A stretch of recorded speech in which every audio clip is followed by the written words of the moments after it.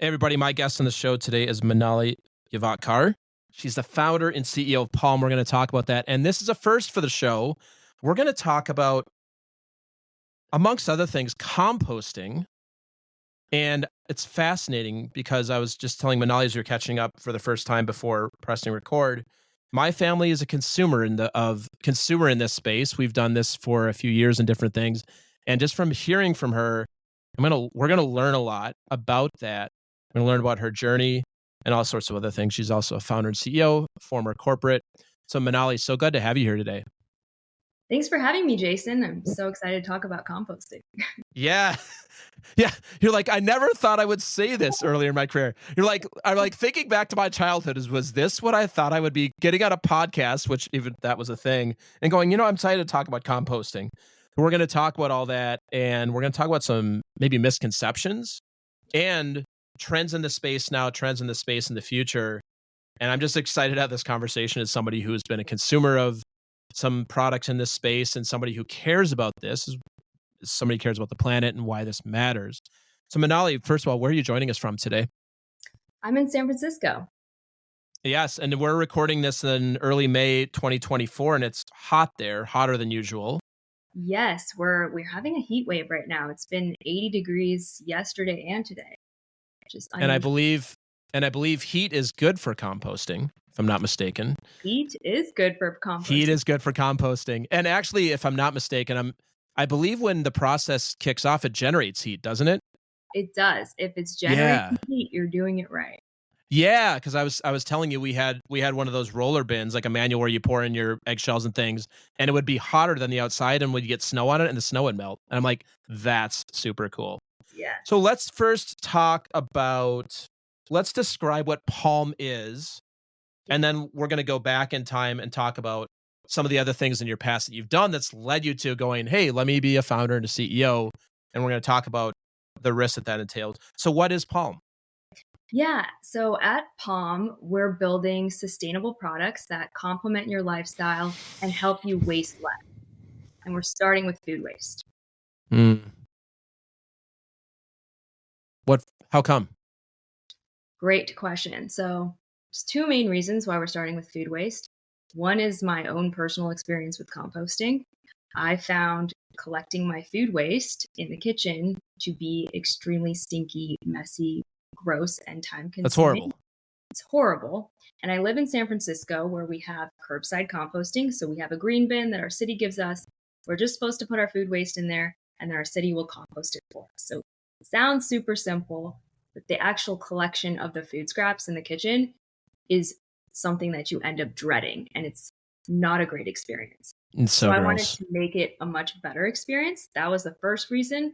And the second reason is actually, why is food waste such a problem? We wanted to solve that.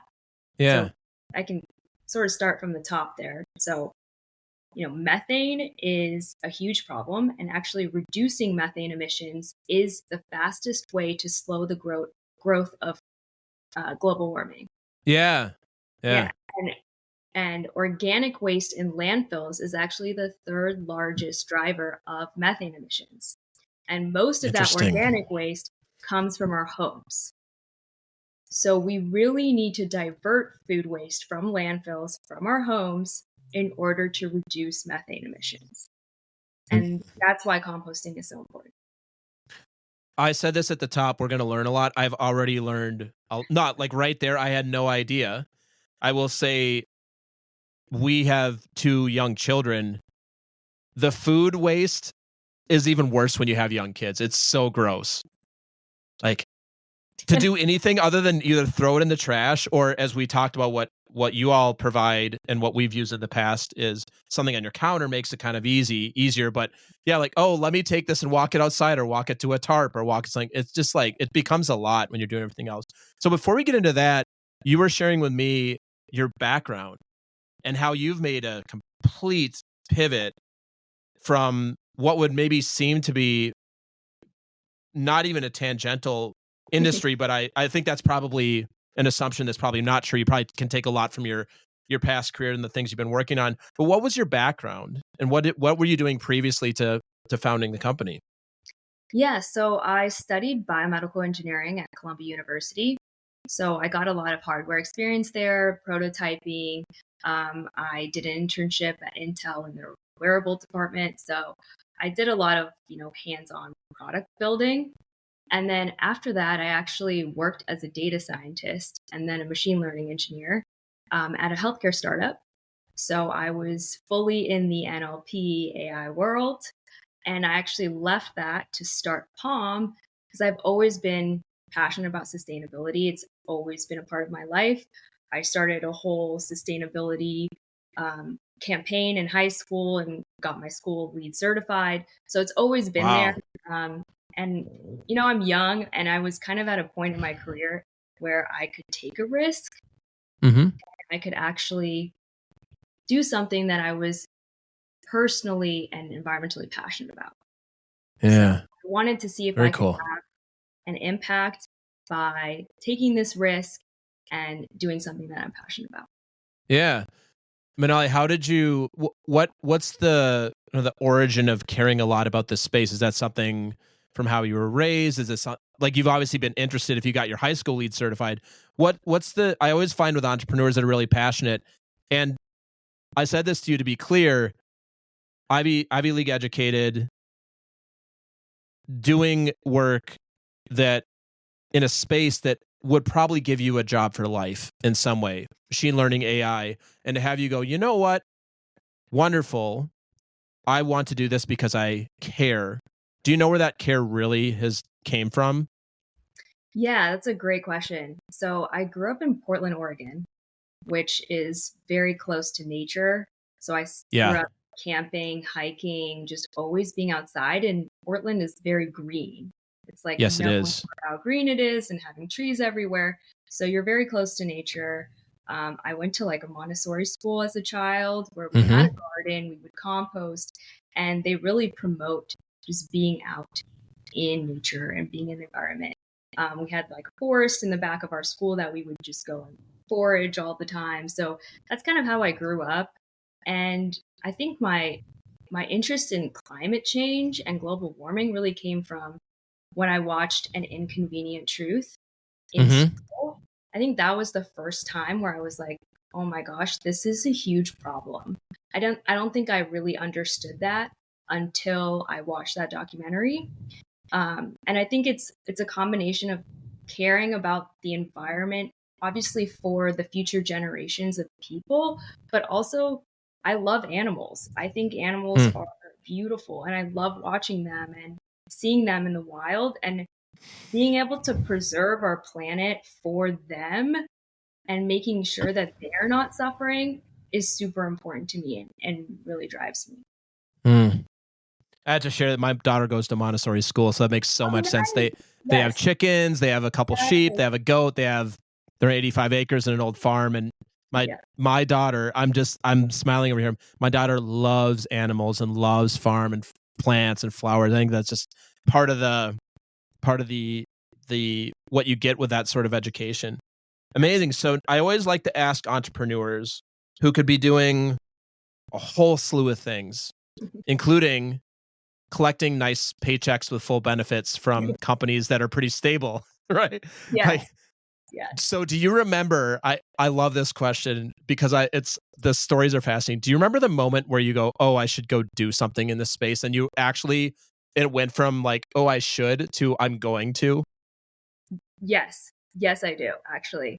Um, so I had actually, I'd done some work with, starting this journey. Basically, I moved to San Francisco. I had curbside composting. I was collecting my food waste and it sucked. And I was like, I need to find a better solution for my lifestyle. So I couldn't find anything on the market. And I wanted to create a cooling bin because I've heard that a lot of people put their food waste in the fridge so that it doesn't smell Mm-hmm. and the bag doesn't break down. But I don't have space in my fridge. And I also think it's weird to keep your food waste next to your fresh food that you're going to eat. Yeah, right. Yeah, me too. So I wanted to have a cooling bin. So I actually built one for myself just to test it out and see how it would work. And it worked incredibly well. I put all types of stinky things in there, fish, blue cheese, onions, all kinds Oof. of stinky things, kept it in there for 2 weeks, and it didn't smell. It was just such a 180 from my previous experience collecting food waste that I was like, this is such an easy solution, but it works so well and would solve this problem for so many people. And so many more Yeah. people would compost if they had this solution. And so that was kind of the moment where I was like, I'm going to pursue this. Yeah. So this is an example that happens all the time with people I talk to and people I know who start their own businesses. You had a problem and you said, wait, I have the skill to build something to solve this problem. By the way, so you built your own cooling bin. I don't even know what that would entail, but it sounds fascinating. So you built your own cooling bin and you found that it solved the problem. And then pretty quickly, especially in San Francisco, and you went to school in New York, where people genuinely care about these. A lot of people in those areas care about these things. You could probably call up 100 friends and go, hey, do you have the same problem I do? They're like, yeah, I do. And you're like, wait a second.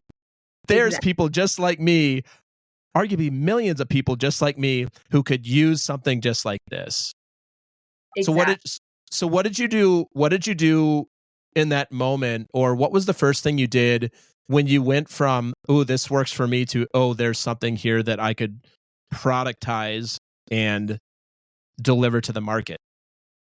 Yeah. I mean, so first I did, you're right. I live in San Francisco. I talk to everybody.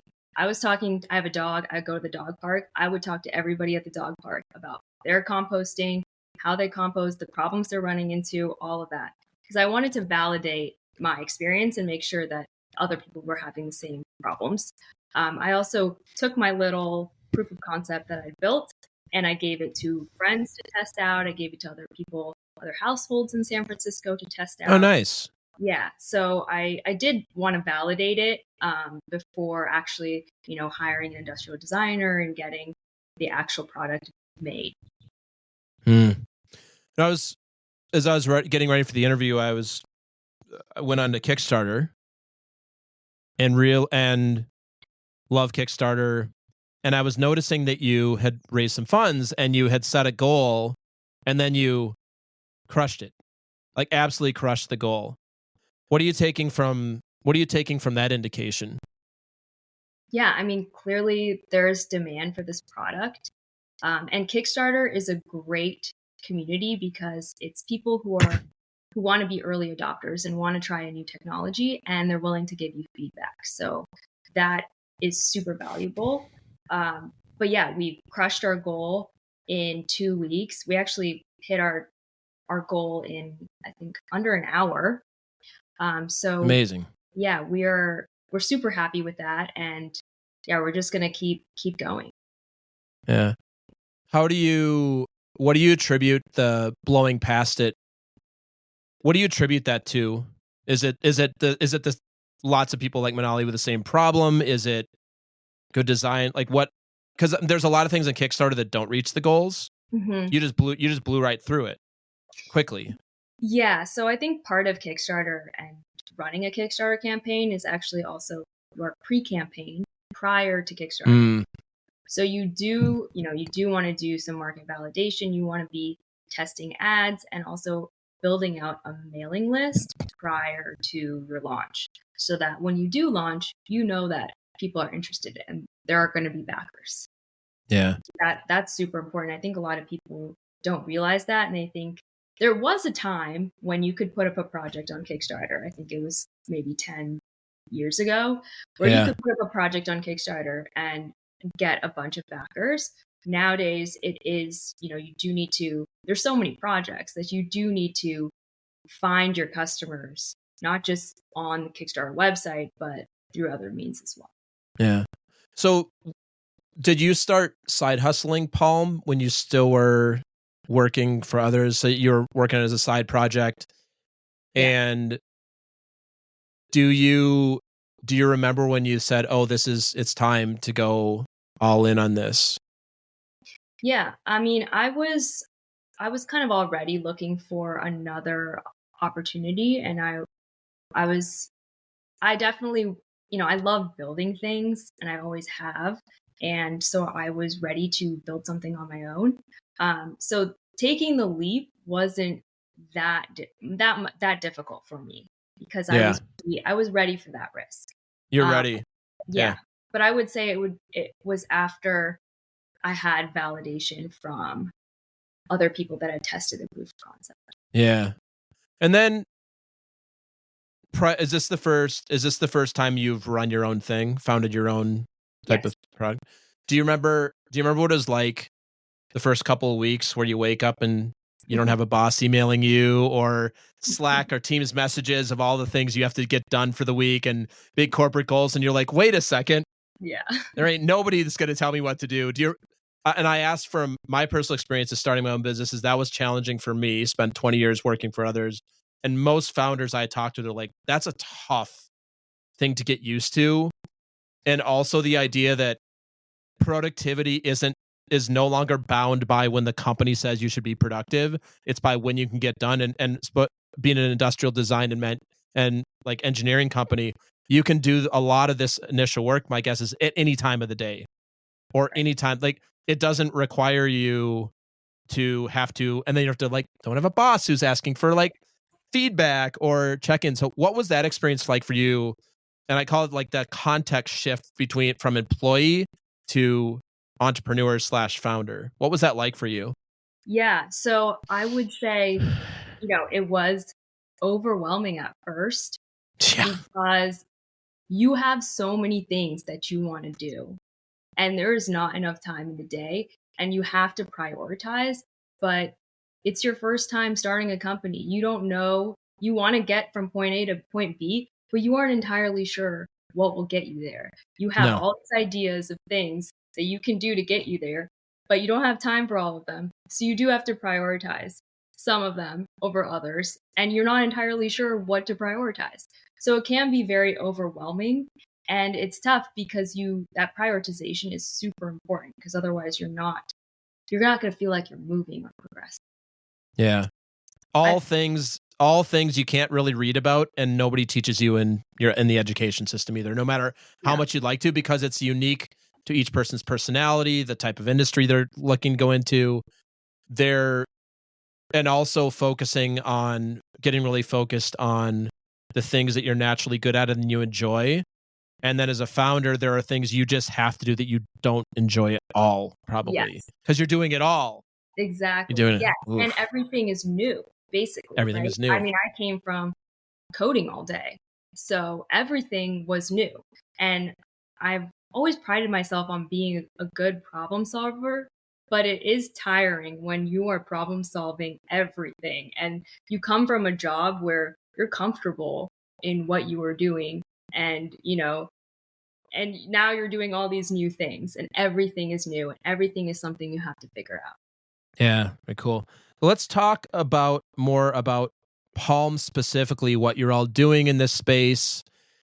And it is a space that, from the outside looking in, I mentioned this before, my family's been a consumer of this space in a couple of different formats. It's a fairly new space as I see it. Like, and this maybe this is a little bit of market research for you. As I see it, it's a fairly new space. The idea that you can do things with your food scraps inside of your home and have it be like actually useful, that doesn't include just throwing it away in the trash and then it goes out in a trash bag and then the trash company picks it up, or you bring it to the landfill or bring it to the dump, however you manage your trash. So let's talk a little bit about what the space is and then what Palm might be doing differently. And I'd love to also hear, as part of this, what are some common beliefs that people have that maybe aren't, that like common things that people believe about this space that aren't maybe true, or for a variety of reasons, maybe people don't know, maybe there's some marketing FUD out there, it doesn't matter. Like, so space, and then what are some common misconceptions about what you all are doing, what's going on in the space? Yeah. So just to introduce Palm Bin and what our first product is, basically it's a cooling food waste bin that makes compost collection really clean, easy, and odorless. So in the composting space, I guess the way we see the world is or the future of composting, is that everybody has a curbside green bin that their city provides. So their city is responsible for composting. And what residents just have to do is collect their food waste in their kitchen and then put it in that green bin. And the reason we believe that is the future of composting is because composting is actually a lot more complicated and time intensive than people think. There are some people who are able to do it in their backyards with a tumbler like you used to have, or a compost pile, but it's a process. So to compost properly, you have to have nitrogen, which is like food waste. Food waste is a type of nitrogen. You have to have carbon, which is also called brown matter, like cardboard or leaves or something like that. And the ratio between nitrogen and carbon is very important. So you have to measure those out. You need moisture. You need 40 to 60% moisture levels. You need microbes and you need time. So it takes at least 2 weeks for the composting process to happen, because it basically is a process where the microbes are breaking down your food waste into this biologically stable and nutritious soil. So a lot of people don't realize that it takes so much time for it to happen. And because it's such it's an intensive process, that's why we believe the future is having compost facilities handle that and having people in their homes who are, living their busy lives just have an easy and clean way to collect their food waste separately from their trash. Yeah. So have it, and let's talk about what the palm bin is now, like what it actually is. And you'd alluded to this before. What is it? And I think you said this before, it replaces, my guess, Ziploc bags in your refrigerator. Yes, exactly. So it replaces having a countertop bin that sits there and, allows your food to rot in your kitchen. And it replaces using a bag in your freezer with your food for your food waste. Yeah. So I mentioned we were consumers of another product in the space. It was not a cooling bin. So I won't say the name of it, but it claimed that it was giving us compost and it would do it in overnight. So in 8 hours, you'd put a bunch of stuff in. Obviously, there's certain things it doesn't take, but you can do most organic things. And you know this, like eggs, plant-based things. You put it in there, you press a button, it makes a bunch of sounds, some things happen, and in the morning you come and it looks kind of like soil, like a lighter color soil. From what I'm hearing you say, Nali, that's not actually compost. Yes, that's correct. Yeah, it's not actually compost. Okay. That is an appliance that grinds and dehydrates your food. So it's like a blender and an air dryer in one. Yeah.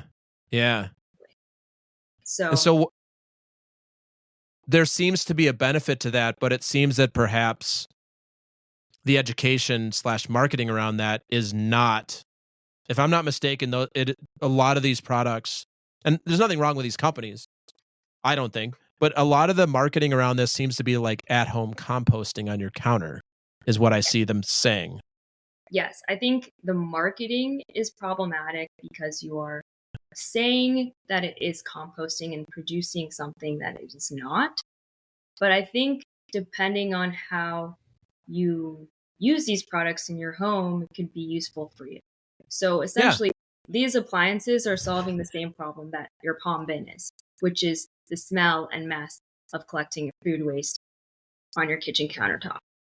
We're just doing it in a less energy intensive way that maintains your moisture and microbes that's in your food. Yeah. And then handing off to the city, which you're already paying for via your property taxes or your sales tax. Exactly. And they want these programs. They set these programs up on purpose.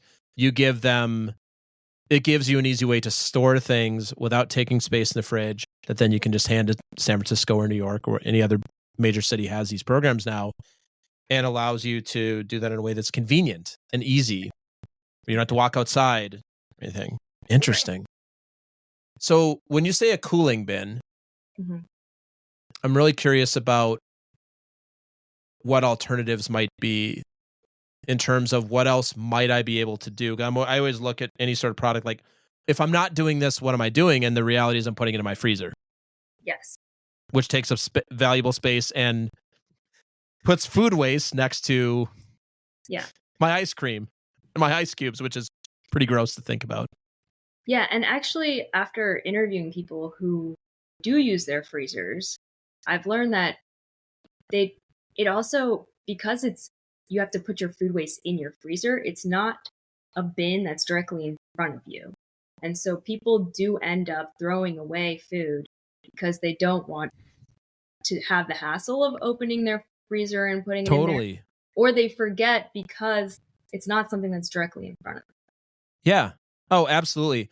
That as a like a perfect consumer for this, if I'm doing the dishes or I'm at the trash, it's so easy to go, oh, let me scrape the food that I scrape the food versus, oh wait, so I need to, and we have a floor, not a floor free, a freezer that's on the bottom. So I got to bend down. I have to open the thing up. I need to grab a Ziploc bag versus, oh, like here it is. Yeah. So it's so interesting about this space overall. It has to be convenient or people aren't going to use it. Like the barrier to entry as I would say, and probably for you as well, and you live in this space, it just has to be wildly easy or people aren't going to do it. Yeah, essentially, like we are mirroring the experience of you putting your food waste in the trash because that's what you're used to. So instead of putting in the trash, you put it in your palm bin. You don't have to empty it every day because it's not smelling. You only have to empty it on trash day, just like you would your trash. So we're sort of mirroring that entire experience to make it, to reduce friction. Yeah. What else about, and I know this is one of a variety of products that Palm will be coming with, is where you're getting your start from. What else do you think people listening should know about this general space around home composting, countertop composting, that you know because you live in this space that the average person just isn't going to understand? Yeah, I think the most important thing is to, like I mentioned earlier, really understand what composting is, because using terms like countertop composter can be really detrimental to actual compost facilities that need tax dollars to function and need community support to function. So I think that is probably the most important thing. And then yeah, I mean, the other thing I would say is that the use of compostable liners. So a lot of people use compostable liners in their bin, and Amazon is, filled with different types of these liners nowadays. Yeah. And the other thing I would say is some of those liners are not certified compostable. Okay. Yeah. So they don't actually break. The city picks them up. They're in the bag. It doesn't break down easily. Yeah, exactly. Yeah. So it's really important to make sure that some of those are just made, straight up out of plastic. So it is, you can get like a BPI certification. So it is important to look for that when you're purchasing a compostable liner. Yeah. Nice. Curious about the name. Palm. Yes. Palm. First of all, we'll put a link to all this. The branding is beautiful. Love the colors. It's very, I'm sure you've hired designers, but it's beautiful. Curious, where did the name come from? Yeah, so our slogan is sustainability in your palm. So sustainability nice. that is convenient, accessible, fits seamlessly within your life. And that's our goal. That's where it is. Beautiful. What else? I think there was something else I was going to ask you about. Well, what's next for you as the founder and the team working on all these beautiful products? And where do you see the next place of innovation around this? Not just the composting space, but the way we currently do things. Speaking in America, we're both Americans. Yes.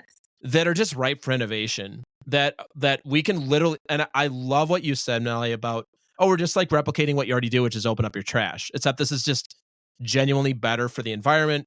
You're already paying your tax dollars. Where some other spaces in the home and also in business. Of course, you can put this in a kitchen in a business. There's a million places.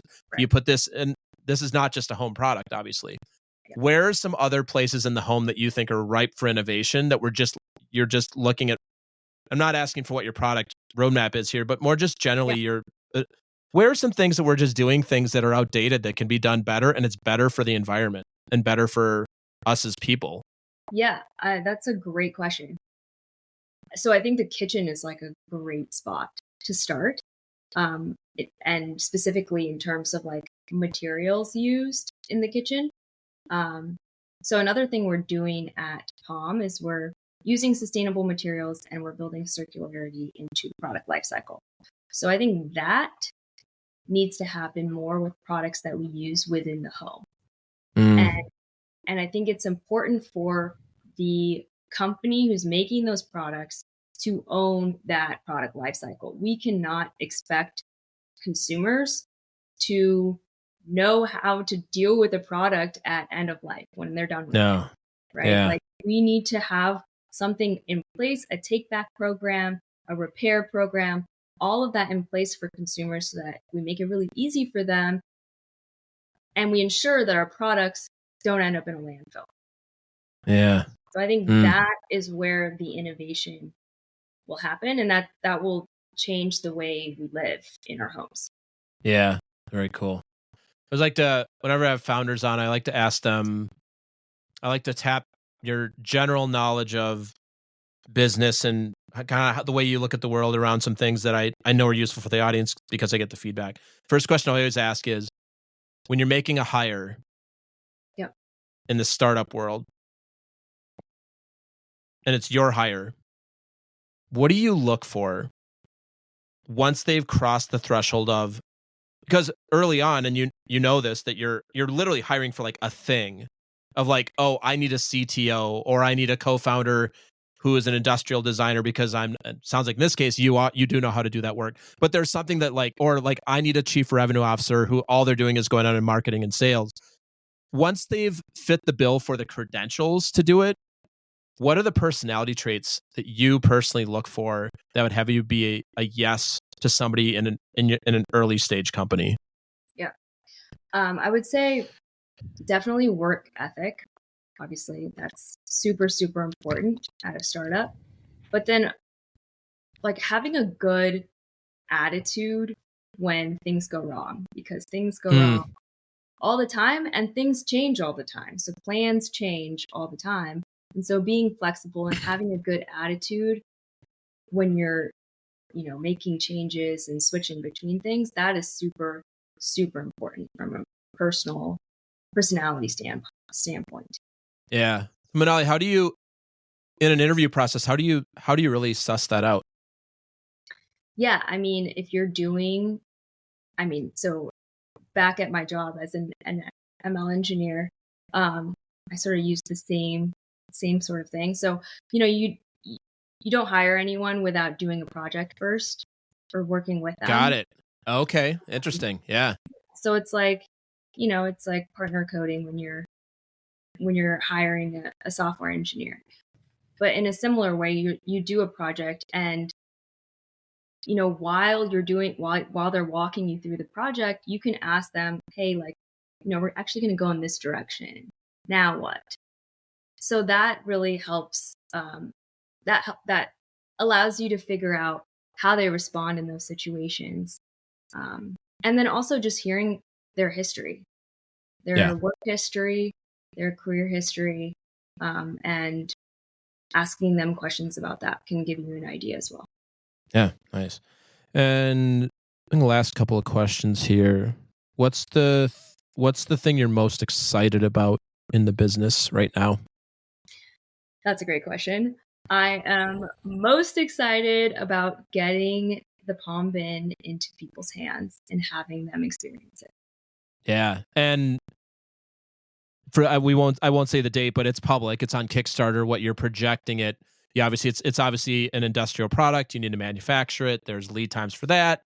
And most of us who have any experience that know that is never without trials and tribulations and things that don't go exactly according to plan for a variety of reasons, but wish you best success with that. Yeah, actually be able to see that on people's countertops. How cool.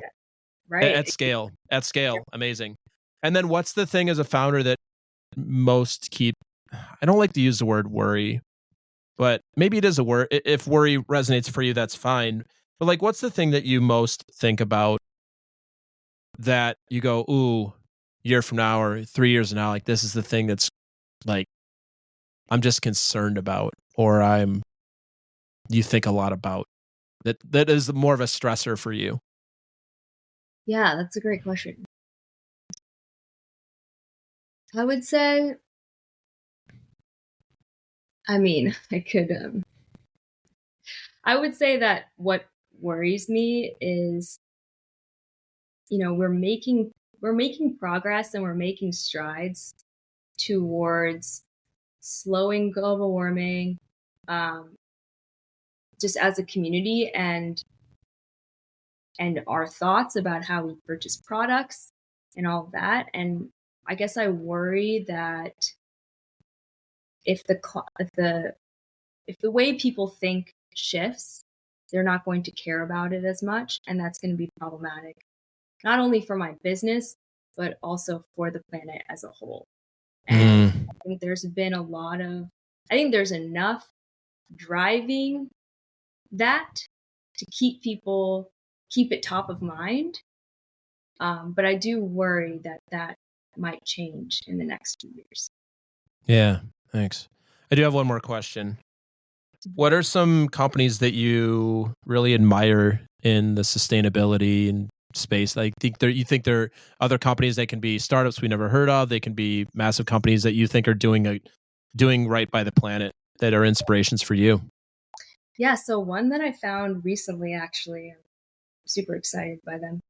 They're called Sabai. It's a furniture company that uses sustainable materials, and they also cool. have a take back program. So they're ensuring that the furniture doesn't end up in a landfill.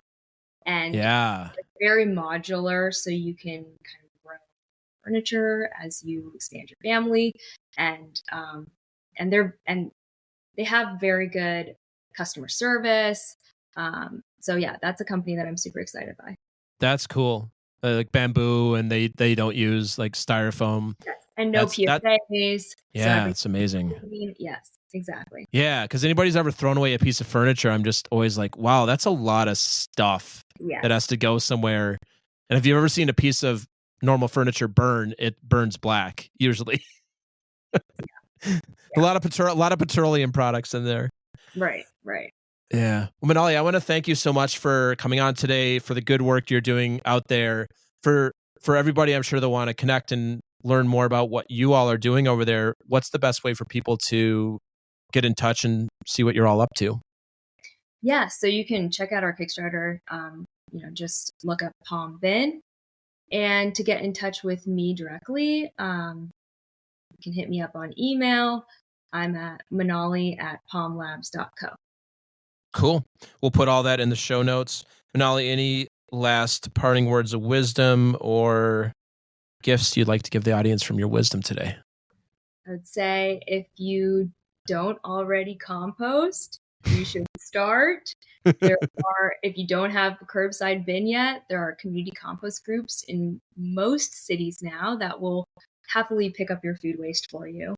So, definitely start composting. Oh, thank you so much. Really appreciate it. Awesome. Thank you so much, Jason. Thanks. Thanks for listening to another episode of Talking to Cool People with Jason Frizzell. If you enjoyed today's episode, please tell your friends. Follow us on Instagram and Facebook and give us a shout out, or take a moment to leave a review on iTunes. If something from today's episode piqued your interest and you'd like to connect, email us at podcast@jasonfrizzell.com. We love hearing from our listeners because you're cool people too.